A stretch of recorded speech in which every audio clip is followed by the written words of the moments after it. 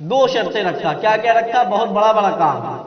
ایک تو نماز بھی نہیں پڑھوں گا اور حضور میں چوری کرتا رہوں گا. ارے آج کے زمانے میں کوئی مسلمان کسی پیر کے پاس چلا جائے، یہ دو کام بتا دے، کیا کوئی مرید کرے گا؟ اپنی چوکھٹ سے بھگا دے گا. ارے جاؤ، یہ کام کرنا ہے تو میرے پاس کیا کرنے آئے ہو؟ یہی کہیں گے نا پیر صاحب. مگر سیدنا غوث پاک کہتے چلو تمہاری دونوں شرطیں مجھے منظور ہے، مگر ایک شرط غوث کا بھی ہے. وہ چور کہنے لگا حضور آپ کی کیا شرط ہے؟ سیدنا غوث پاک نے فرمایا میری شرط مانو گے کہ نہیں مانو گے؟ اگر تم میری ایک شرط مانو گے میں تمہاری دو مان لوں گا. وہ کہا حضور میں مانتا ہوں ایک شرط، بتائیے آپ کے کیا ہے؟ سیدنا غوث پاک نے فرمایا میری ایک شرط یہ ہے، جب اذان کا وقت ہو جائے گا تمہیں اذان دینا ہوگا. اللہ اکبر. نماز پڑھنے کے لیے نہیں کہا گیا، چوری سے منع بھی نہیں کیا گیا، کیونکہ اس کی شرط ہو چکی تھی پہلے. غوث پاک نے کتنا بڑا کام دے دیا اسے، اس چور کو. اللہ والوں کی دل جو چیز دیکھتا ہے نا ہم نہیں دیکھ سکتے. اللہ والے حقیقت میں سوتے تو ہیں، آنکھیں مندھی رہتی، مگر ان کا دل جاگتا رہتا ہے، ان کا دل جاگتا رہتا ہے. سیدنا غوث پاک کی شرط منظور کیا چور نے. کہا غوث سے میں وعدہ کر چکا ہوں، جب اذان کا وقت ہوگا میں اذان دوں گا. گھر میں آئے، مسجد میں اذان نہیں دیتا تھا، وہ گھروں میں اذان دیتا تھا. وہ چور جائے، جب دیکھے ظہر کا وقت ہو گیا اپنے گھروں میں کھڑے ہو اذان دینے لگے. پھر عصر کا وقت ہو جائے اذان دینے لگے. 3-4 دن ایسے لگاتار کیا. بیوی نے کہا اے میرے سرتاج، آپ اگر اذان گھر میں دیتے مسجدوں میں جا کر اذان کیوں نہیں دیتے؟ کب تک ایسے چھپ چھپ کر اذان دیتے رہیں گے؟ اور معذرہ کیا ہے، گھر میں جتنا سامان تھا، کھانے پینے کا راشن تھا نا، سب ختم ہو گیا. چوری کا انتظام کرو. اب بیوی کہہ رہی ہے چوری کا انتظام کرو، سامان نہیں، بچے بھوکے مر جائیں گے. وہ چور کہنے لگا غوث سے تو میں وعدہ کر چکا ہوں، جب اذان کا وقت ہوگا مجھے اذان دینا ہوگا. اب چوری کس ٹائم میں کرنے جاؤں؟ چوری کس ٹائم میں کرنے جاؤں؟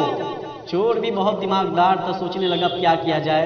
نماز عشاء کی اذان دینے کے بعد 11 بجے اپنے سمے نکالا، کہا جلدی سے جاؤں گا، چوری کروں گا، فجر سے پہلے پہلے واپس آنا ہے، نہیں اگر وقت اذان ہو جائے گا تب اذان دینا پڑ جائے گا.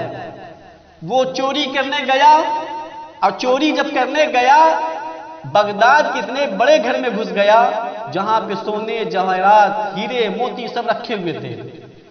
وہ چور اندر گھسا. گھسنے کے بعد دیکھا ارے سونا چاندی سب رکھا ہوا ہے. اپنی بوری میں بھرنے لگا، اور بھرتے بھرتے اسے بہت سارا سامان وہ اکٹھا کر لیا. اپنی کاندھوں پہ جیسے کہ رکھا نا، بغداد میں ہو گیا فجر کا وقت ہو گیا. دیکھا ارے فجر کا وقت ہو گیا ہے، غوث سے میں وعدہ کیا ہوں کہ ہر وقت کی اذان میں تمہیں اذان دینا ہے، اب کیا ہوگا؟ وہ کہا یہ شرط مجھے توڑنا نہیں ہے. غوث سے میں 2 شرط کیا ہوں، نماز نہیں پڑھوں گا اور اس کے بعد میں چوری کرتا رہوں گا. ارے وہ چور گیا، کس کے گھر گیا تھا؟ مسلمان کے گھر گیا تھا چوری کرنے کے لیے. پورا سامان لے لیا تھا. اگر آج کا چور ہوتا کہتا ارے کسی پیر سے میں نے وعدہ کیا ہے، ارے میں توڑ دیتا ہوں، پہلے یہ سامان گھر لے کر جاتا ہوں. اللہ کو وہ چور بھی بڑا وفادار چور تھا. وہ چور سامان کو رکھا ہے اور دیکھا اذان کا وقت ہو گیا، بس وہیں کھڑے ہو کے کہا اللہ اکبر اللہ اکبر، اذان دینے لگا. کوئی جس کے گھر میں چوری کرنے جائے کیا آوازیں دے گا؟ نہیں دے گا. ارے لوگ جاگ جائیں گے، ہمیں پکڑ لیں گے. مگر وہ شرط اسے منظور تھا غوث کا. یہ ولیوں کا مقام ہوتا ہے کہ انہیں صحیح راستے پہ لانا کیسا ہے، یہ ولیوں کا نظریہ ہوتا ہے. اب سیدنا غوث پاک اپنے مریدوں کے ساتھ بیٹھے ہوئے تھے خانقاہ میں. وہ چور اذان دینے لگا، گھر والے جاگ گئے. اور جب جاگ گئے وہ سوچا یار اب کیا ہوگا، گھر والے سب جاگ گئے ہوں گے، میں پکڑا جاؤں گا، میں پکڑا جاؤں. دیکھا کہا لوگ اب آ رہے ہیں تو بس 2 رکعت کی نیت باندھ لیا، سنت فجر کی پڑھنے لگا. 2 رکعت کی نیت باندھ کر سنت فجر کی پڑھنے لگا. سوچا اب گھر والے ہٹیں گے تو میں سامان اٹھاؤں گا اور چل جاؤں گا. مگر گھر والے دیکھے ارے اذان دینے والا بڑا نیک لگ رہا ہے، نماز پڑھنے والا بھی بڑا نیک لگتا ہے، اس کی آنکھوں میں تو شیخ کی نظر آ رہی ہے. اس کے گھر والے مسلمان تھے، وہ بھی آ گئے. پیچھے اس کے سب کو بنایا گیا. وہ سلام پھیرنے کے بعد سب لوگوں نے کہا حضور آپ کہیں تو میں اقامت بولوں، آپ فجر کی نماز پڑھا دے۔ وہ کہا ارے حضرت مت کہیے مجھے، میں ایک چور ہوں۔ وہ کہہ رہا ہے گھر والوں سے ارے حضرت مجھے مت کہیے میں ایک چور ہوں۔ لوگوں نے کہا حضور کیسی مذاق کرتے ہیں آپ نے اذان دیا، آپ سنت کی نماز پڑھ رہے تھے اور آپ کہتے ہیں میں چور ہوں۔ چور کا کام کبھی ایسا ہوتا ہے کہ گھر والوں کو جگا دیا جائے؟ یہ بڑے نیک لوگوں کا کام ہے جو فجر میں جگایا کرتے ہیں، اور آپ کی آنکھوں میں تو مجھے شیخ کی نظر آ رہی ہے، سیدنا غوث پاک نظر آ رہے ہیں۔ اللہ اکبر۔ وہ چور کہتا ہے اب میں کیا کروں گا؟ وہ چور کہتا ہے آپ لوگ سمجھتے نہیں، میں آپ کا یہ سونا چاندی لے کر جانے والا تھا، یہ آپ کا سامان ہے۔ انہوں نے کہا نہیں میرا سامان نہیں ہے، آپ جھوٹ مت بولیے، یہ میرا سامان نہیں ہے۔